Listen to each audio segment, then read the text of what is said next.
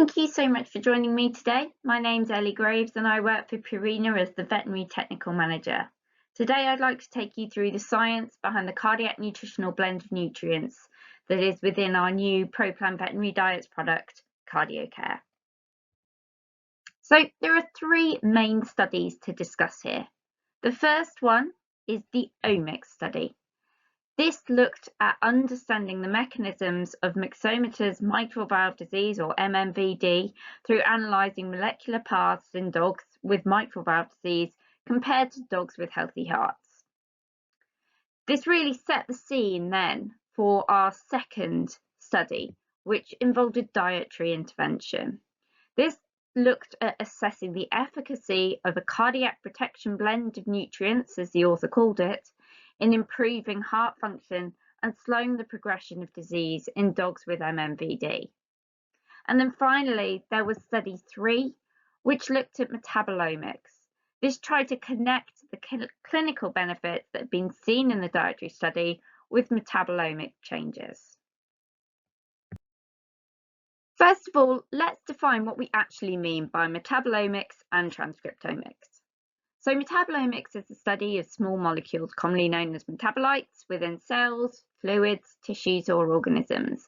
And these molecules will result from all of the biochemical reactions that are occurring within an organism. So whether it's making energy, building proteins, all of those types of things. Tracking these metabolites really helps enable researchers to understand what's going on when it comes to metabolism in cells, in tissues, and in the whole body. And by looking at where these metabolites differ in healthy animals compared to those that have disease, we can start to really understand potential underlying mechanisms of disease, and therefore how we might be able to introduce some nutritional interventions that tackle those mechanisms of disease. You can read more about that at the Purina Institute, and I've popped the link on screen there. Transcriptomics is the study of an organism's transcriptome, and that is the sum of all of its RNA transcripts. So to remember back from vet school or previous learning that you may have done, for cells to carry out the instructions encoded in DNA, genes are first transcribed or copied into RNA. So that acts essentially as the copy, and every cell is going to have the same DNA, but each cell type will only express certain genes which are needed to perform its job. So by collecting and comparing these RNA transcripts under very different health conditions, it can provide clues about cell functions.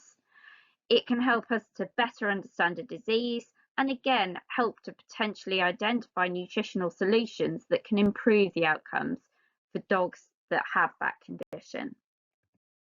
So as an analogy for RNA, books in a library that can't be removed, this is kind of like the DNA in cells. Therefore, if you're researching something, you will need to have a photocopy machine to copy any chapters that might be important, and that photocopying process is really an analogy for the process of transcription. The copy that's made is like the RNA, and different chapters might need to be copied depending on the subject you're researching. The same is very much true of cells, so dependent on their function, different RNA will be made, and that consequently determines what proteins a cell will produce. Differences in the RNA between a healthy cell and a cell with disease can help us then to guide nutritional interventions.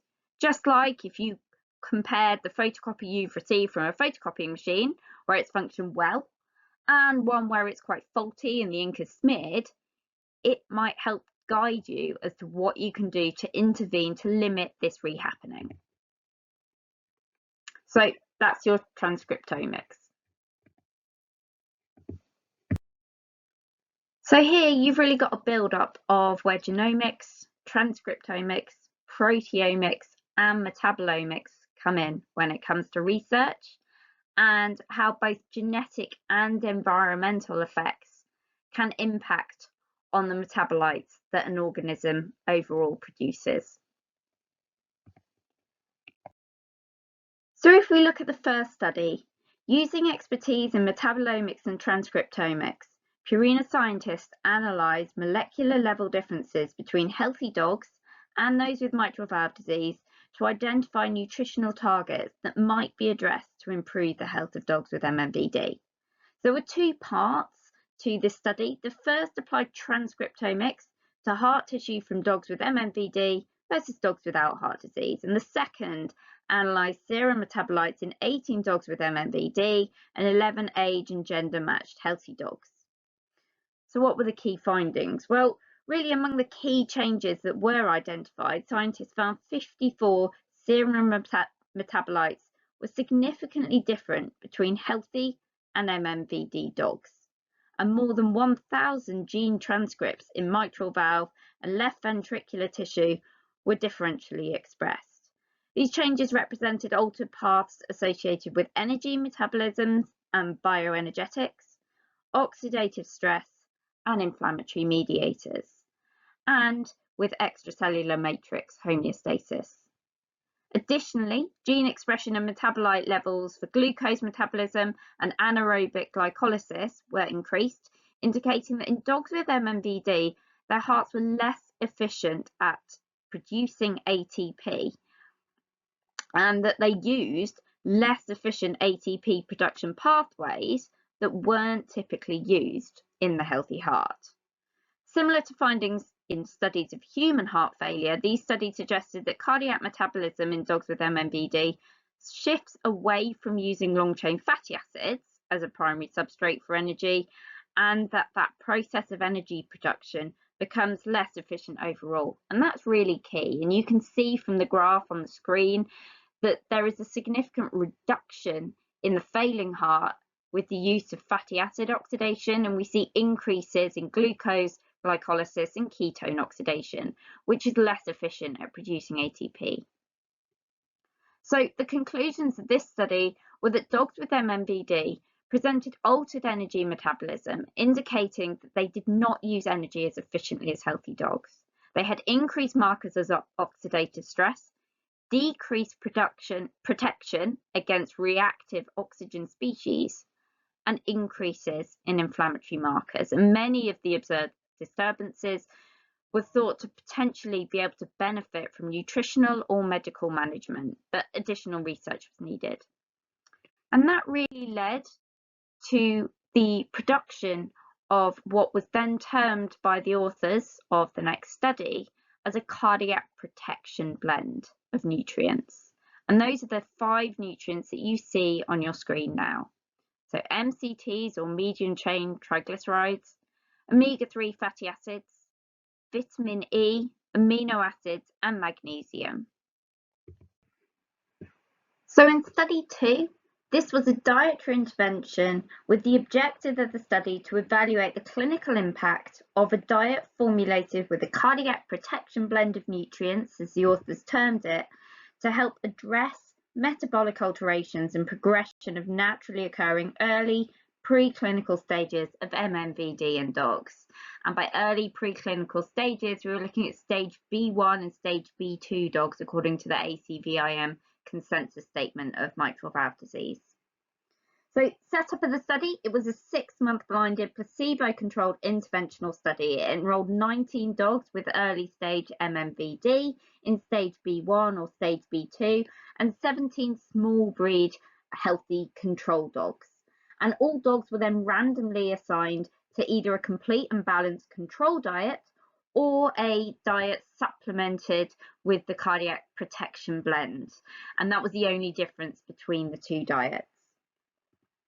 There were then metabolomic and heart measures analysed at baseline, at 3 months and at 6 months. And in particular, when we talk around heart measures, it was using echocardiography as a non-invasive method for assessing cardiac function, left atrial diameter and aortic root diameter and were measured. We also looked at the degree of mitral regurgitation. And finally, there was analysis of the progression of dogs from stage B1 to B2 and whether any did progress during the 6 months study. So what were the findings? Well, really, when we looked at the healthy dogs, independently of the type of diet assigned, there really were no significant changes in any parameters. However, if we look at the dogs with MMVD, this first graph shows you the MMVD progression from ACVIM stage B1 to B2. And in control-fed dogs with MMVD, 37% showed a progression from stage B1 to stage B2 in the 6 months trial. In comparison, in those dogs that had the CPB supplemented diet, none showed a progression to stage B2. If we look here at the degree of mitral regurgitation, so in this graph you can see that mitral regurgitation, which was based on echocardiographic exams, showed a significant worsening in quite a number of the control dogs. So 25% of control-fed dogs had a worsening in their mitral regurgitation degree during the 6 months.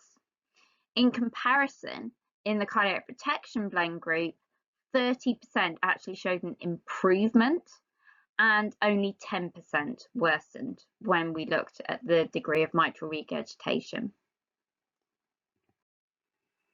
The most reliable independent indicator for MMVD progression is left atrial enlargement, and that's measured by the ratio of left atrial diameter to aortic ratio with echocardiography.